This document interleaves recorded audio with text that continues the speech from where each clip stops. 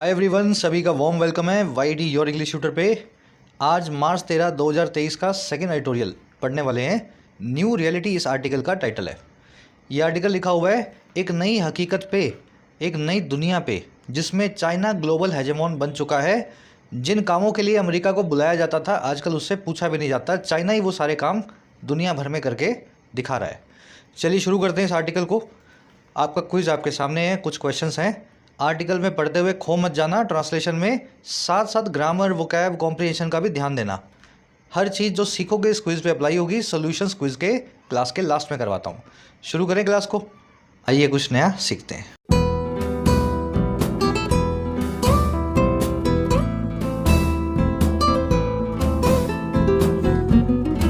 Alright, कह रहा है जी न्यू रियलिटी। देखिए, रियलिटी का मतलब होता है हकीकत, वास्तविकता। और बात की जा रही है on Saudi Arabia, Iran reconciliation and China's role.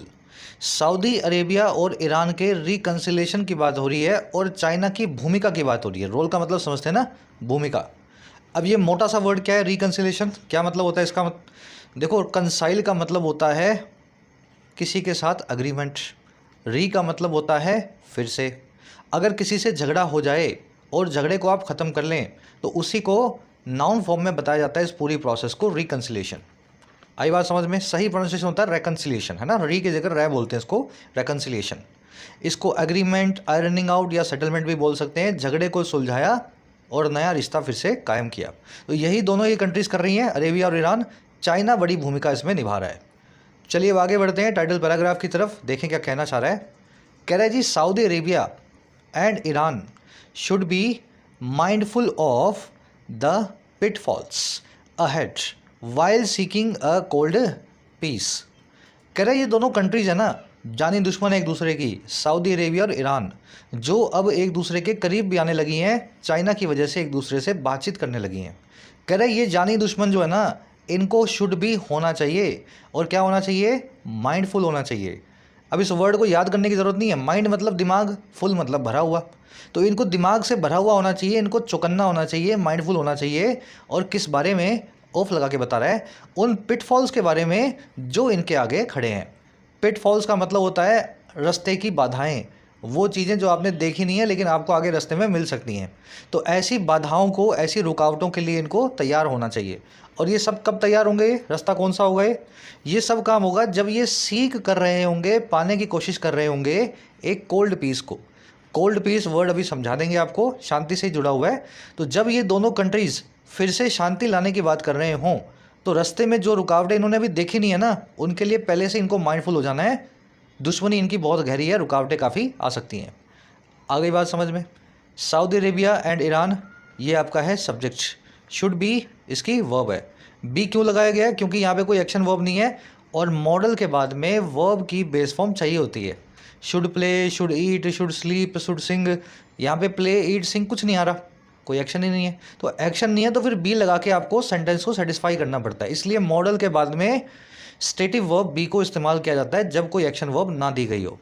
Mindful मैंने आपको बता दिया, चौकन्ना, केयरफुल, कॉन्शियस, किसी चीज़ को लेकर सजग, इसको हिंदी में बोलते हैं सजग। ठीक है ना, आपको पता हो कि क्या हो सकता है, आप माइंडफुल होते हैं, फुल ऑफ माइंड होते हैं। इन दोनों के बाद में ऑफ लगेगा जिस भी चीज़ के लिए आप माइंडफुल हो रहे हैं, फिक्स प्रेपोजिशन है। कोल्ड पीस आपको बता दें क्या होता है। आपने शीत युद्ध सुना होगा ना, कोल्ड वॉर। कोल्ड वॉर कैसी होती है? ऐसी वॉर जो कि डिप्लोमेटिक वॉर है, जिसमें आपस में लड़ाइयाँ नहीं हो रही है, आमने सामने से झगड़ा नहीं हो रहा है, लेकिन वॉर फिर भी जारी है। तो कोल्ड वॉर का बिल्कुल उल्टा होता है कोल्ड पीस। कोल्ड पीस में ऐसी पीस होती है जो कि ऐसी नहीं होती कि आप दोनों हाथ मिला रहे हैं, साथ हाथ घूम रहे हैं। एक डिप्लोमेटिक पीस हो गई है भाई, तुम अपने रास्ते, हम अपने रास्ते, हम तुम्हारे रास्ते में टांग नहीं फंसाएंगे, है ना। आपके फटे में अपने फटे, आपके फटे में आपकी हमारी टांग नहीं होगी।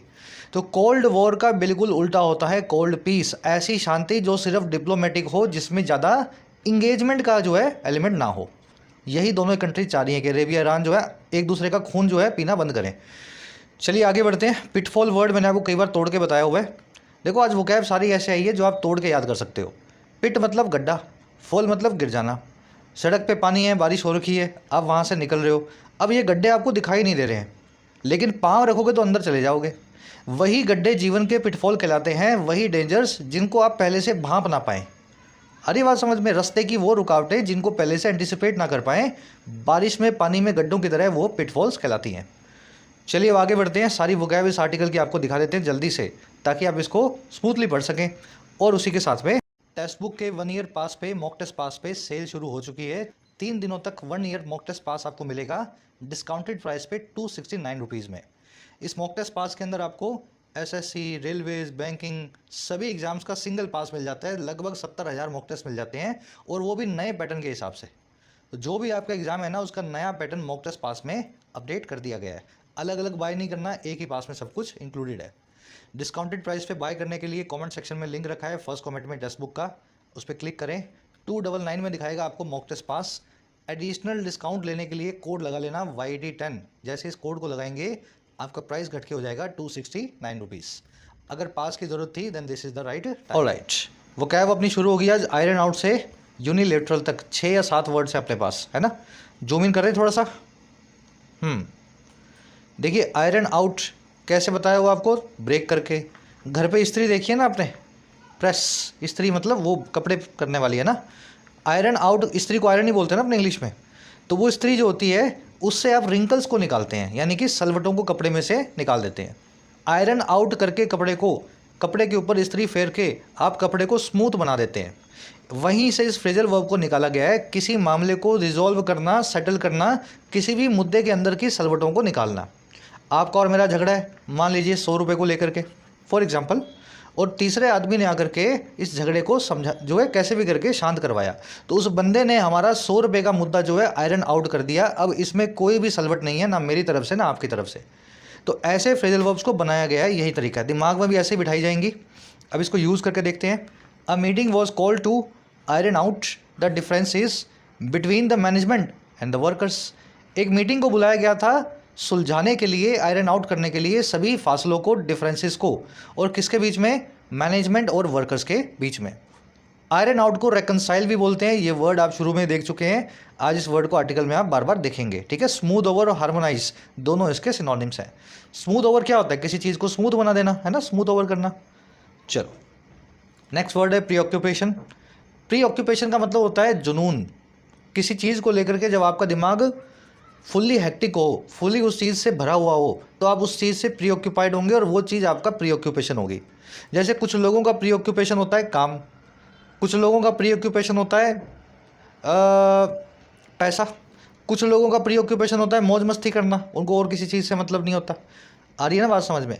तो ये प्रीऑक्यूपेशन या ऑब्सेशन दोनों एक ही वर्ड्स हैं, इनको आप आर्टिकल में देखेंगे। प्री ऑक्यूपेशन के बाद में विद लगेगा, वैसे ही ऑब्सेशन के साथ में भी आप विद लगाते हैं, जिस भी चीज़ के लिए आपके मन में जुनून हो। Her preoccupation with money irritates everyone. उसका जो जुनून है पैसे को लेकर के, प्री ऑक्यूपेशन है, वो इरिटेट करता है सभी को, आसपास वालों को, एवरीवन को। ये देखो, प्री ऑक्यूपेशन ऐसा जुनून होता है कि आपके दिमाग में कोई और चीज़ नहीं चलती, फिर आप उसी की बात करते हो, उसी के बारे में सोचते हो, है ना? Pre occupation. वो आदमी जो प्री ऑक्यूपेशन रखे, that person is pre occupied in adjective form. ये वर्ड आर्टिकल में देखेंगे। मेनिया, फिक्सेशन और कीननेस इसके सिनोनिम है। मेनिया से बहुत सारे वन वर्ड बनते हैं, आपने सुना होगा ना। मेनिया से बनने वाले बहुत सारे वर्ड्स हैं। क्लिप्टोमेनिया, जिसको चोरी करने का शौक हो, है ना, इस तरह से। चलो अगला वर्ड है लेवरेज। लेवरेज का मतलब होता है एडवांटेज और इन्फ्लुएंस जो आपके कॉम्पिटिटर के पास नहीं है। मान लीजिए आप एक इंग्लिश बैकग्राउंड के स्टूडेंट हैं और आप अमेरिका जाना चाहते हैं। अमेरिका जाने के लिए आपको आइल्स का एग्ज़ाम पास करना पड़ेगा, और आइल्स का एग्ज़ाम पास करने के लिए ये इंग्लिश मीडियम बैकग्राउंड आपकी हेल्प करेगा। अब जो बंदा गांव से आया है, इंग्लिश मीडियम बैकग्राउंड नहीं रखता है, या छोटे शहर से आया है, उसके ऊपर आपके पास लेवरेज आ चुकी है। देखो ऐसे इन वर्ड्स को दिमाग में बैठाना पड़ेगा। लेवरेज यानी किसी चीज़ के ऊपर, किसी दूसरे के ऊपर एडवांटेज या influence. Businessman fund political parties to gain political leverage. व्यापारी लोग जो होते हैं पॉलिटिकल पार्टीज़ को फंड करते हैं ताकि पॉलिटिकल यानी राजनीतिक एडवांटेज को ले पाएँ। वैसे ही you need to leverage your expertise to get a good job in today's market. आपको ज़रूरत है लेवरेज करने की, एडवांटेज लेने की, अपनी एक्सपर्टीज़ पे, अपनी महारत पे, जिस भी काम को आप अच्छे से कर पाते हैं। और क्यों? ताकि अच्छी जॉब ले पाएँ आजकल के बाज़ार में। लेवरेज एक वर्ब भी है, एक नाउन भी है। वर्ब फॉर्म में एडवांटेज लेना, नाउन फॉर्म में सिर्फ एडवांटेज, है ना। नाउन और वर्ब दोनों एक ही बात है। चलिए वर्ड आर्टिकल में आएगा। अब फटाफट से 3 वर्ड्स और बचे हैं। ले बेयर। बेयर का मतलब होता है निर्वस्त्र, विदाउट क्लोथ्स, और ले का मतलब होता है किसी चीज़ को बिछाना। अगर किसी चीज़ को आप विदाउट क्लोथ सबके सामने रख रहे हैं तो आप क्या कर रहे हैं, उसको एक्सपोज कर रहे हैं, सारे कवर हटा के उसको रिवील कर रहे हैं। समझ आ रही है ना बात? किसी चीज़ को सबके सामने रखना, सारे कवर हटा करके, that is called lay bare या लेइंग बेयर या एक्सपोजिंग या रिवीलिंग।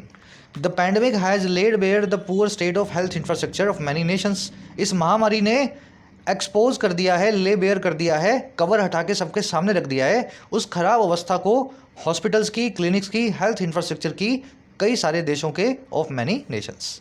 तो ये फ्रेजल वर्ब आप दिमाग में बिठा लो, इसका एक सिनोनिम होता है अनवील। ये आज आर्टिकल में देखेंगे। इसको अनवेल भी बोलते हैं, अनवील भी बोलते हैं, depending on the country you are residing in. Well का मतलब होता है पर्दा जी, पर्दा, और अन का मतलब है उतर गया, पर्दा हट गया तो वो चीज़ सबके सामने आ गई, अनवील आपने या अनवेल कर दी। चलिए एक और वर्ड है रेपरकशन।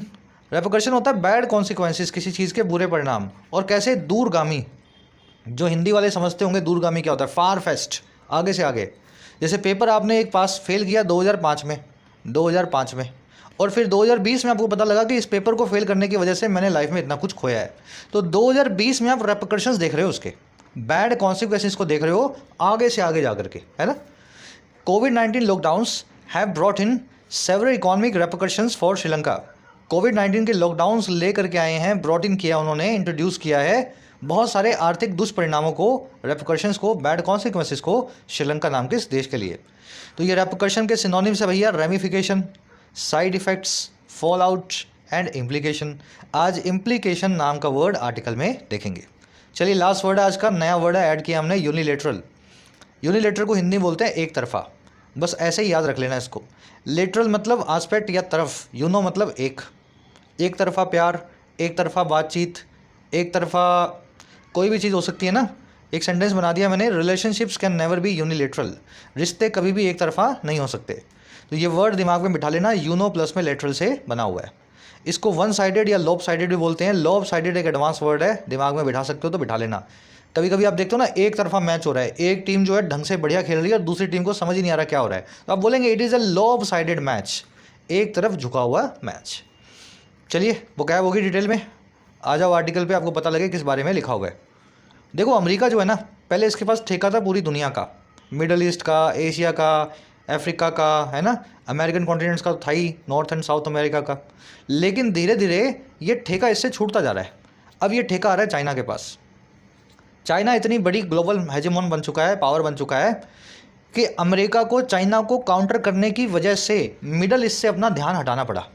और मिडल ईस्ट में एक बहुत बड़ा झगड़ा चल रहा है, सऊदी अरेबिया, ईरान और यूएई, कतर, इन सब कंट्रीज़ के बीच में। सबके निशाने पे रहता है इनके ईरान। अब हुआ क्या, अमेरिका का ध्यान हटने के बाद अमेरिका की नाक के नीचे मिडल ईस्ट में चाइना ने जो दो जानी दुश्मन थे, अरेबिया और ईरान, इनको मिला दिया। ये दोनों एक वॉर में एंगेज थे, यमन में हो रही है, हौती रिबल्स के जो है खिलाफ, वो आगे आर्टिकल में बता दूं आपको मैं। तो ये वॉर को इसने ख़त्म करवाने की नींव रख दी है और हो सकता है दोनों कंट्रीज़ फिर से दोस्त बन जाएं। हमारा आर्टिकल अब दो बातें बता रहा है। पहली बात तो ये कि क्या है चाइना, आप खुली आंख से देखें, यूएस को पीछे छोड़ने वाली कंट्री है, ग्लोबल हेजेमोन है, ये एक नई हकीकत है, नई रियलिटी है। दूसरी चीज़, सऊदी अरेबिया और ईरान दोस्त बन भी जाएं, उसके बावजूद भी इनकी दुश्मनी इतनी पुरानी है और इतनी गहरी है कि इनको पता नहीं है कौन से पिटफॉल से वापसी इनकी दुश्मनी फिर से शुरू हो जाए। तो दोनों को माइंडफुल रहना होगा, फ्यूचर में एक दूसरे के फटे में टांग नहीं अड़ानी है। बस आज इसका यही आर्टिकल का पूरा देसी भाषा में समरी दे दी है मैंने आपको। आज की टोन है सजेस्टिंग, सजेस्ट कर रहा है। दूसरा रिवीलिंग, रिवील कर रहा है चाइना को दुनिया का अंतर्राष्ट्रीय लीडर बना करके, है ना, कैसे ही बनता जा रहा है। चलिए शुरू करें आर्टिकल को। इंटरेस्टिंग है, कहानी की तरह ही प्रोसेस करेंगे इसको। कह रहे जी, the Saudi Iran reconciliation in a China brokered agreement reflects the new reality in West Asia where old rivals are warming up to each other and Beijing is increasingly willing to play a bigger role at a time. अब देखो आगे sentence और लंबा है, यहीं पे रुक जाते हैं, इतना पढ़ लो। कह रहे जी, सऊदी और ईरान का जो रेकन्सिलिएशन है, रेकन्सिलिएशन मतलब झगड़ों का अग्रीमेंट, आयरनिंग आउट, चीज़ों का समाधान। कह रहे जी, इनके झगड़े का जो समझौता है, और किसमें, एक ऐसे एग्रीमेंट में जो है चाइना ब्रोकर्ड। अब ये क्या होता है जी, ब्रोकर्ड, ब्रोकर समझते हैं ना, एजेंट, बिचौलिया। तो ब्रोकर्ड मतलब बिचौलिया बना हुआ, जिसमें बना हुआ है चाइना बिचौलिया। कह रहा है जी, इनका ये जो एग्रीमेंट है ना, जिसमें चाइना बिचौलिया बना हुआ है, कह रहा है ये रिफ्लेक्ट करता है, हमें दिखाता है और किसको, एक नई हकीकत को, रियलिटी को। और कहाँ पे, वेस्ट एशिया में, मिडल ईस्ट के आसपास। और कहाँ पे, यहाँ पे क्या हो रहा है वेस्ट एशिया में, कह रहे जहाँ पे पुराने जो राइवल्स हैं, प्रतिद्वंदी जो हैं, कॉम्पिटिटर्स जो हैं, वो warm up to each other कर रहे हैं। वार्म अप टू करना मतलब किसी को पसंद करना, किसी के करीब आना, किसी से दोस्ताना रिश्ते बनाना, वार्म अप करना। तो जहाँ पे पुराने दुश्मन, जानी दुश्मन भी एक दूसरे के नज़दीक आ रहे हैं, और बीजिंग जो है, चाइना जो है, वो लगातार बढ़ते हुए तौर पे इंक्रीजिंगली तैयार है, विलिंग है। अच्छा, किस काम के लिए तैयार है भाई, कि ये प्ले करेगा एक बड़ी भूमिका को, बिगर रोल को। अच्छा, कब प्ले करेगा, ऐसे एक वक्त पे, एट अ टाइम, ऐसे एक वक्त पे। अब वो वक्त आपको आगे बताया गया है। When the US, the region's traditional great power is preoccupied with challenges elsewhere. कह रहे जब अमेरिका, जो इस पूरे वेस्ट एशियन रीजन का ट्रेडिशनल ग्रेट पावर है, परंपरागत तौर पे सबसे बड़ी ताकत थी, कह रहे ये यूएस जब ऑक्यूपाइड हो चुका है, ऑब्सेस्ड या जुनून से भर चुका है, और किसके, चैलेंजेस के साथ में, दूसरी जगहों पे, एल्सवेयर। समझ में आ गया सेंटेंस, लंबा है लेकिन आसान है, पीस बाय पीस करके आपने पढ़ लिया। इन दोनों के झगड़े का जो समाधान है, जो समझौता है, चाइना जिसमें ब्रोकर बना हुआ है ऐसे एक एग्रीमेंट में, कह रहा है ये समझौता हमें नई हकीकत दिखा रहा है इस रीजन में, मिडल ईस्ट में, वेस्ट एशिया में। ये वही वेस्ट एशिया है जहाँ पुराने पुराने जानी दुश्मन जो है ना, अब एक दूसरे के गले मिल रहे हैं, वार्म अप टू कर रहे हैं ईच अदर। और जो बीजिंग है, जो चाइना है, वो लगातार तैयार दिखाई देता है कि वो बड़ी भूमिका निभाएगा और बड़े रोल्स को प्ले करेगा। और ये कब पड़ेगा, कब करने वाला प्ले, ऐसे एक वक्त पे जब अमेरिका गायब है, जब अमेरिका इस रीजन की सबसे बड़ी पावर, प्री ऑक्यूपाइड हो चुका है, उसका दिमाग जो है पूरी तरीके से बिजी हो चुका है ऐसी चुनौतियों में जो एल्सवेयर हैं, मिडल ईस्ट से बाहर हैं, है ना। अमेरिका यूक्रेन वॉर में, अमेरिका इंडो पैसिफिक में, ऐसी जगहों पे आजकल प्री ऑक्यूपाइड है। चलिए स्ट्रक्चर देखेंगे। रिकन्सिलिएशन की वर्ब है रिफ्लेक्ट्स, रिफ्लेक्ट का मतलब दिखाना, रिकन्सिलिएशन का मतलब है समाधान। राइवल्स की वर्ब है are warming up, warm up to somebody, किसी से अच्छे रिश्ते बनाना, किसी से, समझ गए ना, नज़दीक आना, अच्छे रिश्ते बनाने की उसको इंडिकेशन देना। बीजिंग की वर्ब है इज़, बीजिंग का मतलब है यहाँ पे चाइना। यूएस की वर्ब है इज़, प्री ऑक्यूपाइड या ऑब्सेस्ड या इनग्रोस्ड या इंगेज्ड विद होते हैं, तो किसी काम में आप मशगूल होते हैं, वही चीज़ आपके दिमाग में चल रही होती है, उसी का आपको जुनून होता है। इन सब के बाद में विद लगा के आप बताते हैं जिस भी काम में आप मशगूल हैं, ठीक है। एल्सवेयर मतलब दूसरी जगहों पे, समवेयर एल्स को ही अंग्रेजी में एल्सवेयर लिखा जाता है। या तो समवेयर एल्स लिख दो, या एडवर्ब बना के सिंगल वर्ड बना दो एल्सवेयर। बढ़े आगे, चलो। राइवल मतलब दुश्मन, एडवर्सरी, फो, आपका जो है एनिमी। विलिंग का मतलब होता है रेडी, इंक्लाइंड, किसी काम को करने के लिए तैयार। विलिंग का बिल्कुल उल्टा होता है अनविलिंग, अनविलिंग। लेकिन इसके लिए एक वन वर्ड भी है, एडवांस्ड। कितने लोगों को याद है भाई, विलिंग का मतलब तैयार, अनविलिंग का मतलब जो तैयार ना हो। तो जो तैयार ना हो उसके लिए कौन सा वन वर्ड आप बता सकते हो, एडवांस्ड। मैं लिख रहा हूँ, जिन लोगों को याद है ठीक है बताना कमेंट्स में, जिनको नहीं है नोट कर लो। इसको बोलते हैं जी मैं खुद ही भूल गया क्या, रिलक्टेंट, ठीक है, रिलक्टेंट। चलिए आगे बढ़ेंगे। कह रहे जी the enmity between Iran, a Shia majority theocracy, and Saudi Arabia, a Sunni majority absolute monarchy, has been one of the dominant drivers of conflicts in the region. कह रहे जो एनमिटी है, जो दुश्मनी है, एनमिटी मतलब एनिमोसिटी या hostility, और किस किस के बीच, ईरान और सऊदी अरेबिया के बीच। अब ये बीच में क्या लिखा हुआ है भैया, बीच में बताया हुआ है ईरान क्या है, और यहाँ बताया हुआ है सऊदी अरेबिया क्या है। तो ईरान तो है एक शिया मेजॉरिटी थियोक्रेसी, एक ऐसी थियोक्रेसी, एक ऐसी रिलीजियस गवर्नमेंट। थियोक्रेसी मतलब जो थियो के हिसाब से क्रेसी करे, थियो मतलब रिलीजन, क्रेसी मतलब सरकार, जो सरकार जो है किसी किताब के हिसाब से चलती हो, कुरान के हिसाब से, बाइबल के हिसाब से, गीता के हिसाब से, है ना। तो कह रहा है ईरान जो कि एक शिया मेजॉरिटी थियोक्रेसी है, शिया मुस्लिम्स की मेजॉरिटी वाली एक जो है धार्मिक सरकार है। और सऊदी अरेबिया जो एक सुन्नी मेजॉरिटी एब्सोल्यूट मोनार्की है, जो कि एक ऐसा कंट्री है जहाँ पे राजा या रानी रूल करता है। मोनार्की मतलब जहाँ पे राजा या रानी, क्विंग या क्वीन, मोनो आर्क हो, अकेला एक राजा या रानी हो। कह रहे जो कि एब्सोल्यूट मोनार्की है, सुन्नी से बनी हुई। कह रहे इन दोनों के बीच का जो दुश्मनी है ना, वो हैज़ बिन रहा है, और क्या रहा है, one of the dominant drivers, आज तक के सबसे डोमिनेंट जो ड्राइवर्स हैं, सबसे ज़्यादा डोमिनेट करने वाले प्रभावशाली जो कारक हैं, और कह रहा है उनमें से एक। अच्छा, ये कारक किस चीज़ के हैं, ड्राइवर किस चीज़ के हैं, ये ड्राइवर हैं कॉन्फ्लिक्ट के, झगड़े के, इस रीजन के अंदर, इस पूरे एरिया के अंदर। तो इन दोनों की जो जानी दुश्मनी है ना, उस वजह से पूरे एरिया का माहौल ख़राब रहता है। मिडल ईस्ट की बात हो रही है, इन दोनों की दुश्मनी कॉन्फ्लिक्ट का मेन ड्राइवर है इस रीजन के अंदर। एनमिटी की वर्ब है has been present perfect tense में। थियोक्रेसी एक वन वर्ड है, इसका मतलब होता है एक government run by religious leaders या रिलीजियस जो है प्रेरोगेटिव है ना, रिलीजियस गाइडेंस ऐसा लिख सकते हो। मोनार्की आपको बता दिया एक वन वर्ड होता है a system where government is run by a king और क्वीन, जहाँ पे आर्की यानी रूल, मोनो यानी एक आदमी करता हो, एक राजा या एक रानी। कॉन्फ्लिक्ट का मतलब होता है झगड़ा। और आगे बढ़ते हैं, इसमें ग्रामर कॉन्सेप्ट है, अभी वापस आएंगे इस पे ना, पहले आगे बढ़ते हैं, थोड़ा फ्लो बनाओ। कह रहे जी while the details are yet to be unveiled officials say Iran has agreed to prevent attacks against Saudi Arabia, including those from the Houthi-controlled parts of Yemen. लंबा है सेंटेंस, इतना ही पढ़ लें। कह रहे जी जहाँ डिटेल्स जो है ना अभी भी बाकी हैं, यट हैं अनवील होना। अनवेल होना किसी चीज़ का एक्सपोज होना, ले बेयर होना, सबके सामने रखा जाना। तो भैया इनकी दुश्मनी कैसे ख़त्म होगी, चाइना कैसे बीच में ब्रोकर करेगा इस डील को, इसकी डिटेल्स तो हमें नहीं पता। कह रहा है फिर भी ऑफिशियल जो हैं इस डील से जुड़े हुए एग्रीमेंट से वो ये कहते हैं इमरान जो है मान गया ईरान कि वो प्रिवेंट करेगा, रोकेगा हमलों को, अटैक्स को सऊदी अरेबिया के खिलाफ।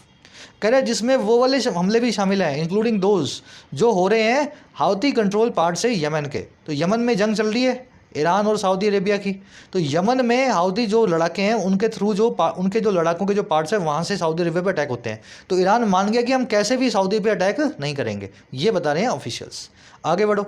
And both countries would restore full diplomatic relations, और दोनों कंट्रियाँ फिर से रिस्टोर करेंगी, बहाल करेंगी पूरा कूटनीतिक रिलेशन को, अपने अपने डिप्लोमेट्स को एक दूसरे के पास भेजेंगी, रिस्टोर करेंगी, बहाल करेंगी।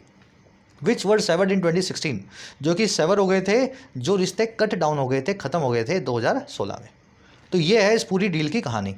पूरी डिटेल तो हमें नहीं पता कब क्या कैसे होगा, बस कुछ कुछ लोग बता रहे हैं जो बड़े लोग हैं इस डील से जुड़े हुए कि ईरान मान गया कि सऊदी पे हमला बंद करेंगे, किसी भी फॉर्म पे अब सऊदी पे हमला हमारी तरफ से नहीं होगा, और दोनों कंट्री तैयार हो गई हैं कि अपना अपना राजदूत एक दूसरे के पास भेजेंगे, ये रिश्ते फिर से बहाल करेंगे।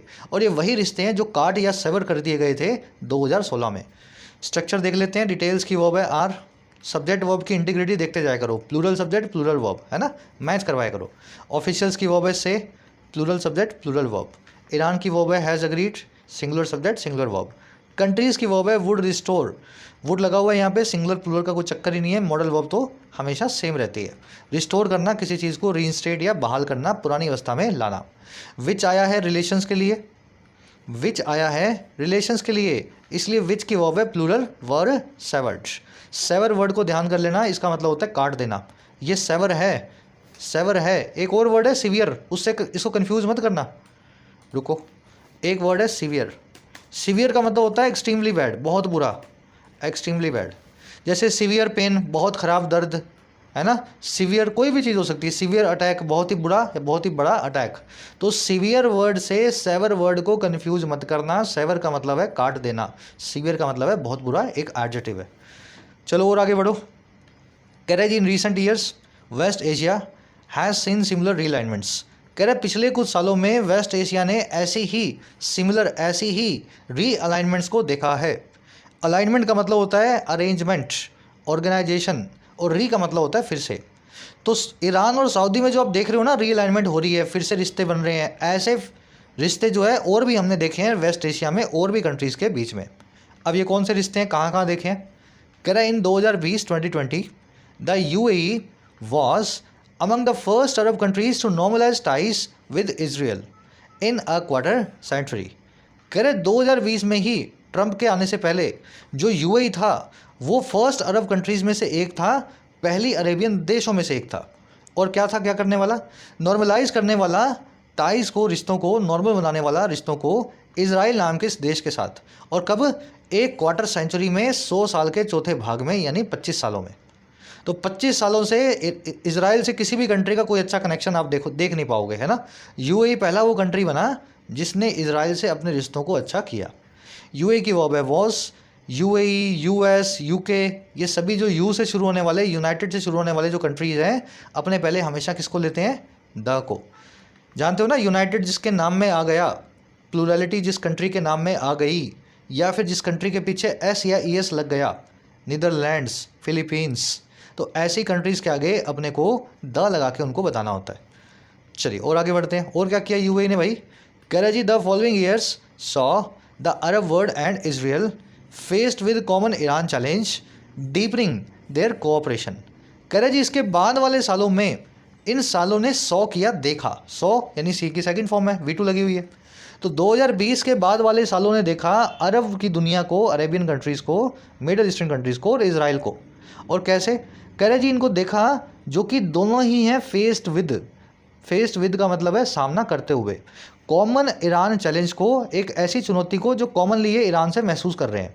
कह रहे इनको क्या करते हुए देखा, इनको करते हुए देखा डीपन करते हुए, गहराते हुए और गहरा बनाते हुए अपने कोऑपरेशन को, आपसी सहयोग को। तो बाद वाले सालों में हमने देखा कि सारी अरेबियन कंट्रीज़ एक एक करके इसराइल को अपना रही हैं, इसराइल से दोस्ती करती जा रही हैं, क्योंकि अरब कंट्री और इसराइल का कॉमन एनिमी है जो है ईरान। कह रहे ये सारा काम कैसे हुआ, कह रहे जी ये सारा काम और भी अजीब तरीके से हुआ despite Israel's brutal occupation of Palestinian territories. ये सारा काम तब हुआ बावजूद इस चीज़ के कि इजराइल का जो खूंखार ऑक्यूपेशन है, जो टेक ओवर है, कब्जा है पैलेस्टीन की टेरिटरीज़ के ऊपर। तो अरब वर्ल्ड इजराइल से इसीलिए परेशान रहता है कि इजराइल जो है एक पैलेस्टीन कंट्री है जो उसको कब्जाता जा रहा है एक एक करके।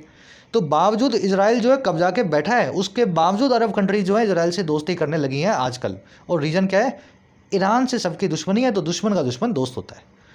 चलिए सेंटेंस समझ में आ रही है ना आपको। जियो पॉलिटिक्स थोड़ी मेरे ख्याल से आप फॉलो करते होंगे तो ये बहुत ईजी होगा समझने के लिए। ईरान, पैलेस्टीन, इजराइल है ना, ये कहाँ हैं और कैसे हैं, क्यों आपस में झगड़ा करते हैं। ईयर्स की वर्ब है सो, फेस्ड विद का मतलब है सामना करते हुए, ऑक्यूपेशन का मतलब होता है कब्जा, टेक ओवर, कॉन्क्वेस्ट, सीजर है ना, ऑक्यूपेशन। कह रहे जी as the US has deprioritized West Asia it is now heavily focused on Ukraine and countering China's Indo-Pacific influence. Its allies in West Asia have started looking out for solutions. लंबा sentence, एक काम करो इसमें, ये जो आप बीच में देख रहे हो ना डैश से डैश का, इसको अलग कर दो। ऐसा सोचो ये सेंटेंस में था ही नहीं, और बाकी का पढ़ डालो, फिर आपको ये सेंटेंस पूरा अच्छे से समझ में आएगा। ठीक है, इसको छोड़ के पढ़ने वाला हूँ मैं। कह रहे जैसे ही या क्योंकि अमेरिका ने डीप्रायोरिटाइज कर दिया है, प्राथमिकता से उतार दिया है। प्रायोरिटाइज करना मतलब प्राथमिकता देना, प्रेफरेंस देना किसी चीज़ को। डीप्रायोरिटाइज मतलब प्रीफर ना करना, प्रायोरिटी से उतार देना। कह रहे जैसे अमेरिका ने वेस्ट एशिया को अपनी दिमागी प्रायोरिटी से उतार दिया है, प्राथमिकता से हटा दिया है। कह रहे वैसे ही, अभी बीच वाला छोड़ दो, कह रहा वैसे ही इसके जो दोस्त हैं, अलाइज हैं वेस्ट एशिया में, मिडल ईस्ट में, उन्होंने शुरू कर दिया है, स्टार्ट कर दिया है लुक आउट फॉर करना या ढूंढना। लुक आउट फॉर करना मतलब ढूंढना बाहर, और किसको, सोल्यूशंस को यानी समाधान को, हल को। और किसके लिए, for what they see as America's diminishing security guarantees. कह रहे एक ऐसी चीज़ के लिए, फॉर वट, फॉर मतलब के लिए, वट मतलब एक ऐसी चीज़, वट जब भी बीच में आता है इसका मतलब होता है एक ऐसी चीज़। कह रहे जी सोल्यूशंस के लिए, एक ऐसी चीज़ के लिए, फॉर वट, जिसको वो देखते हैं अमेरिका की कम होती हुई, डिमिनिश होती हुई सिक्योरिटी की गारंटीज, सुरक्षा की जो है वादे, है ना। तो अमेरिका कहीं और प्री ऑक्यूपाइड हो रहा है, अमेरिका ने डीप्रायोरिटाइज कर दिया वेस्ट एशिया को, मिडिल ईस्ट को। तो ये सारी मिडिल ईस्टर्न कंट्रीज जो अमेरिका की दोस्त होती थी ना, आजकल एक नया दोस्त ढूंढ रही हैं, क्योंकि इनको लगता है कि अमेरिका का हमारी तरफ ध्यान नहीं है, अब हमारी हिफाजत कौन करेगा।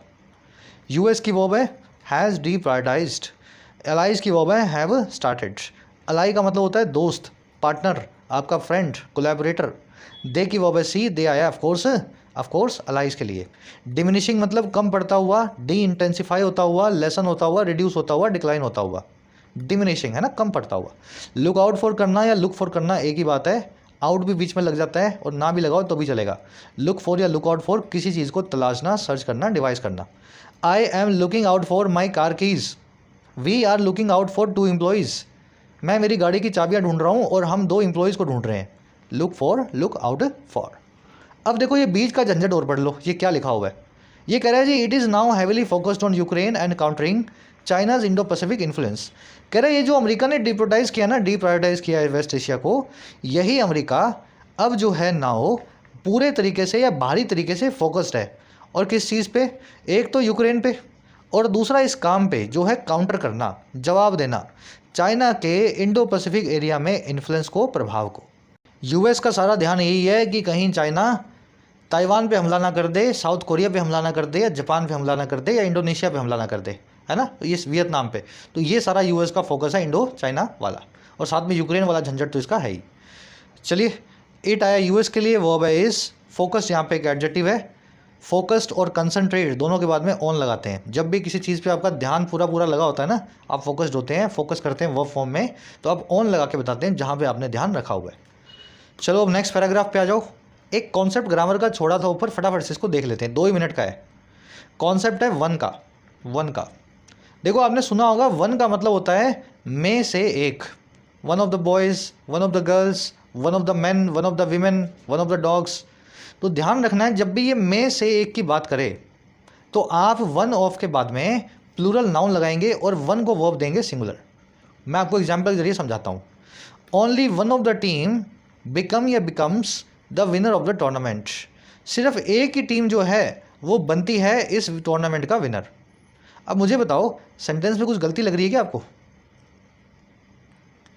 देखो, एक टीम बनती है तो मतलब टीम तो कई सारी हैं, और वन ऑफ के बाद में आप कई सारी टीम्स लिखोगे तभी वन को बाहर निकाल पाओगे।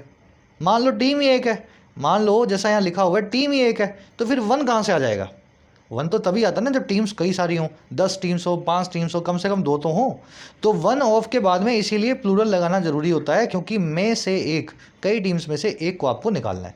तो एक तो गलती आपने कर दी यहाँ पे टीम लिख करके, आप लिखें यहाँ पे वन ऑफ द टीम्स। दूसरी क्या है, देखो आपको यहाँ पे वर्ब चूज़ करनी है वन के हिसाब से। विनर तो एक ही टीम बनेगी, जो विनर बनेगा उसकी वर्ब तो सिंगुलर ही आएगी, वन की वर्ब सिंगुलर आएगी, तो यहाँ लिखेंगे बिकम्स। मेरे ख्याल से कॉन्सेप्ट बहुत इजी है, सबको आता है, लेकिन ये रिवाइज इसीलिए करवा रहा हूँ, पेपर में देखते ही सॉल्व करना है आपको, ठीक है ना। वहाँ पे कोई नोट्स थोड़ा ना खोलोगे आप, फटाफट देखो, 10 सेकंड में क्वेश्चन सॉल्व करो, आगे बढ़ो। अब ये वन वाला जो कॉन्सेप्ट है ना, इसको थोड़ा सा और आगे बढ़ा रहा हूँ। देखिए, वन का एक मीनिंग और भी होता है, कोई, जैसे कोई भी आदमी, कोई भी औरत। इसके लिए मुझे ऐसा नहीं लिखना कि मतलब वन लिख दूंगा तो अपने आप बन जाएगा कोई भी आदमी या कोई भी औरत। तो जब भी ये कोई की बात करे, और कोई का जेंडर आपको समझ ना आ रहा हो, आदमी भी और औरत भी दोनों आ रहे हो, तो आप वन के लिए पजेसिव लगाएंगे वंस, रिफ्लेक्सिव लगाएंगे वन सेल्फ। आगे बात समझ में। और अगर जब कोई की बात हो रही हो लेकिन कोई आदमी या कोई औरत की बात हो रही है, कोई जानवर की बात हो रही हो, तब वन के लिए पजेसिव लगेगा हिम या हर या इट, और रिफ्लेक्सिव लगेगा हिज या हर या इट सेल्फ। रिफ्लेक्सिव तो सेल्फ से बनेगा ना, ठीक है। तो रिफ्लेक्सिव अपने हिसाब से यहाँ लगा लेना, लिखा नहीं है मैंने, हिम सेल्फ, हर सेल्फ या इट सेल्फ। यूज़ करके दिखाता हूँ, प्रैक्टिकली समझोगे, बहुत आसान कॉन्सेप्ट है ये। In armed forces one who abandons his duties earns no respect for herself. Arm forces के अंदर, सुरक्षा बलों में, कोई भी आदमी जो अबैंडन कर दे, जो छोड़ के भाग जाए अपनी ड्यूटी को, तो क्या करता है वो कोई भी रिस्पेक्ट को अर्न नहीं करता है, कोई भी इज्जत नहीं पाता है अपने आप के लिए। तो वो बॉर्डर फिल्म में था ना, मथुरा दास ड्यूटी छोड़ के भागा था, शादी थी उसकी। तो ऐसा आदमी आर्म फोर्सेस में जनरली कोई रिस्पेक्ट को अर्न नहीं कर पाता है। अब देखो यहाँ पे क्या करना है आपको, वन यहाँ पे कोई भी आदमी की बात कर रहा है, कोई भी औरत की बात कर रहा है, जेंडर अननोन है, तो यहाँ पे हिज ड्यूटीज़ गलत है, आप लिखेंगे वंस ड्यूटीज़। प्रैक्टिकली बता रहा हूँ, यही क्वेश्चन मिलेगा एग्जाम में। वन के लिए हिज लगाया होगा, हर लगाया होगा, नहीं लगाना भाई, तुम्हें पता ही नहीं है ये आदमी है या औरत है, तो आप वंस लिखो, वन के लिए पजेसिव ऐसे ही बनाना है। और no respect for herself ये भी गलत है, आप लिखो वन सेल्फ, ठीक है, वन सेल्फ। अब एक सेंटेंस और देख लो, यहाँ पे जेंडर नॉन है। One of the girl in the team has या have submitted one's report. Team में से एक लड़की ने अपनी रिपोर्ट को सबमिट कर दिया है। सबसे पहले तो गर्ल गलत है, इसको एस लगाएंगे, एस लगाना पड़ेगा, है ना, गर्ल्स कई सारी हैं तभी एक निकलेगी। फिर यहाँ पे लड़की एक है, वन है, तो हैज़ लगाना पड़ेगा, हैज़ सबमिटेड। फिर देखो लड़की ने अपनी रिपोर्ट को भेजा है, अब आप वन के लिए वंस मत लिखो, आपको पता लग गया लड़की है। अगर फीमेल है तो वंस मत लिखो, जेंडर नॉन है, आप यहाँ लिखें हर रिपोर्ट। कॉमन सेंस का खेल है पूरा। जो लकीर का फ़कीर बन गया वो कहेगा सर वन के लिए वंस लगाऊंगा मैं तो, पर जो आंख खोल के देख लेगा कि वन आया लड़कियों के लिए फिर हर लगाना, वंस क्यों लगाता है? वंस तो तब लगाना जब जेंडर ना पता हो।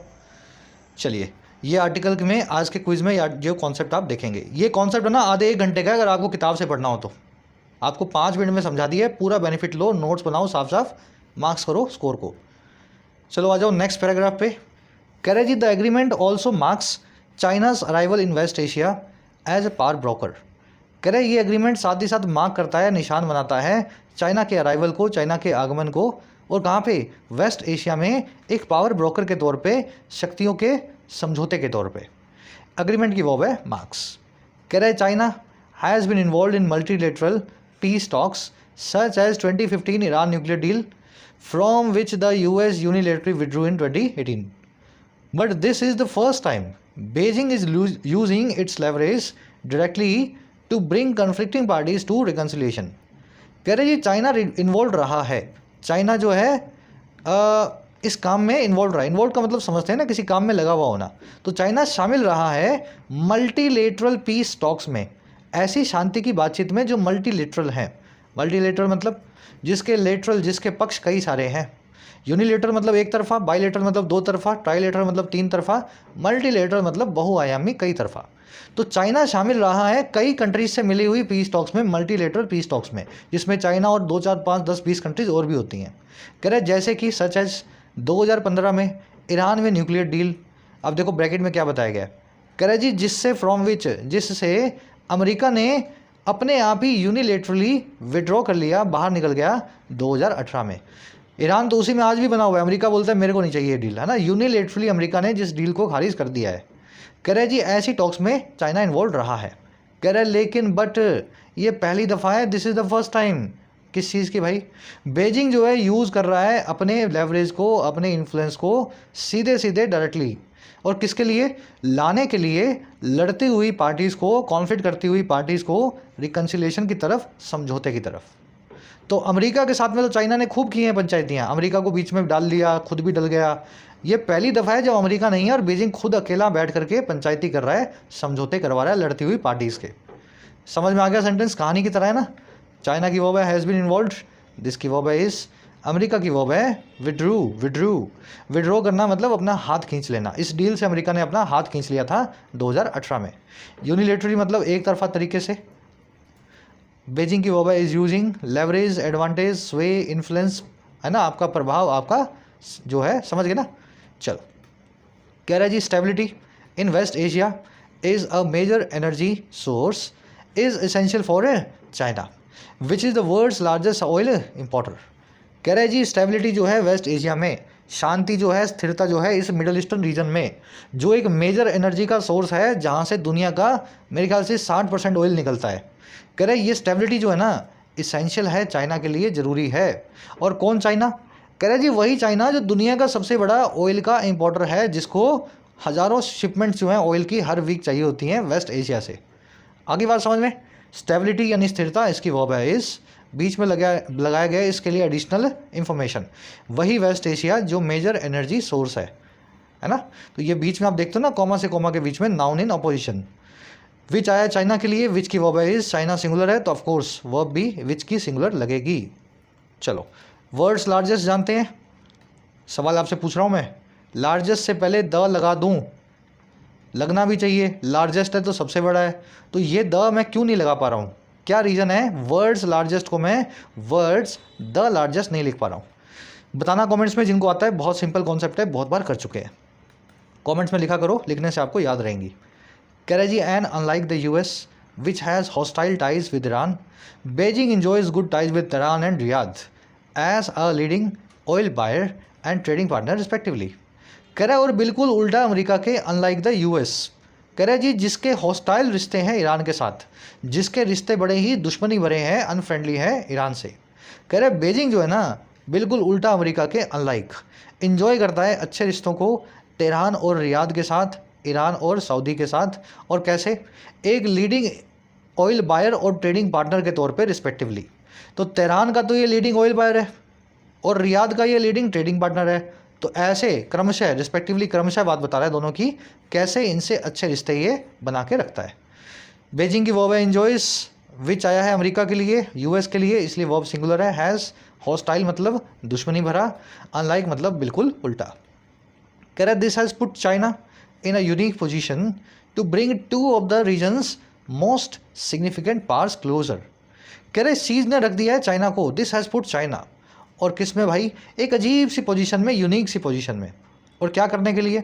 लाने के लिए रीजन की दो सबसे ज़्यादा सिग्निफिकेंट इंपॉर्टेंट पावर्स को और करीब और क्लोजर। अच्छे रिश्ते हैं तो चाइना पे अब दारमदार है कि कैसे इन दोनों को वापस में दोस्त बनाया जा सके। दिस की वर्ब है हैज़ पुट। पुट यहाँ पे V3 लगी हुई है। अब जैसे मैं V3 बोल रहा हूँ, पुट की V3 पुट ही होती है। सारी वो वर्ब्स दिमाग में डालो जो आपको याद है, V1 V2 V3 चेंज नहीं करती। ठीक है, लिखोगे तो और अच्छा आएगा, लिखो कमेंट्स में, कट है, पुट है, सेट है, और भी जितनी है 15-20 आपको करवाई हुई है ना। चलो, कह रहा है जी Saudi Arabia which is undergoing rapid changes wants peace in its neighborhood, while Iran, which is under the US imposed sanctions, wants more diplomatic and economic openings. कह रहे जी सऊदी अरेबिया जो है, जो कि अंडरगो कर रहा है, अंडरगो करना मतलब एक्सपीरियंस करना, किसी चीज़ से गुजरना। सऊदी अरेबिया जो गुजर रहा है बहुत तेज़ी से होने वाले बदलावों से, चेंजेस से, ये कह रहा है ये सऊदी अरेबिया वॉन्ट्स पीस, ये चाहता है शांति को अपने पड़ोस में। और कह रहा है जबकि ईरान जो कि अंडर है यूएस के द्वारा इम्पोज किए गए सैंक्शंस के जो है प्रतिबंधों के नीचे, कह रहा है ये ईरान चाहता है और ज़्यादा डिप्लोमेटिक और इकोनॉमिक ओपनिंग्स। ओपनिंग मतलब अपॉर्चुनिटी, मौके, डिप्लोमेटिक मतलब कूटनीतिक, इकोनॉमिक मतलब आर्थिक। तो दोनों के मोटिवेशन बताए हैं। सऊदी अरेबिया ने इसलिए इससे दोस्ती की ईरान से क्योंकि इसको क्या है, बदलाव लाना है अपनी कंट्री में, अपने पड़ोस अड़ोस में इसको शांति चाहिए। और ईरान को शांति से कोई ज़्यादा मतलब नहीं है, ईरान को तो पैसा चाहिए और बातचीत करने के लिए कोई चाहिए, है ना। सब इसके दुश्मन है दुनिया में, ये तो कहीं से भी कोई ट्रेड व्रेड कर पाए, थोड़ा बहुत किसी से दोस्ती कर पाए, ये इसके लिए काफ़ी होता है। सऊदी की वर्ब है सऊदी वॉन्ट्स, ठीक है। विच की वर्ब है इज अंडरगोइंग, विच आया सऊदी के लिए, सऊदी सिंगुलर, विच की वर्ब भी सिंगुलर। अंडरगो करना, एक्सपीरियंस करना, किसी चीज़ से गुजरना, किसी चीज़ से गो थ्रू होना। ईरान की वर्ब है वॉन्ट्स, विच आया ईरान के लिए, और विच की वर्ब इसीलिए ऑफकोर्स है सिंगुलर इज। कह रहे if the detente holds it will have far-reaching implications on regional geopolitics, from peace in Yemen to stability in Lebanon. कह रहे जी अगर ये डेटेंट होल्ड करता है, डेटेंट का मतलब क्या होता है, थोड़ा बाहर का वर्ड है ये, अपने कम यूज़ होता है, ज़्यादा यूज़ नहीं करते हैं।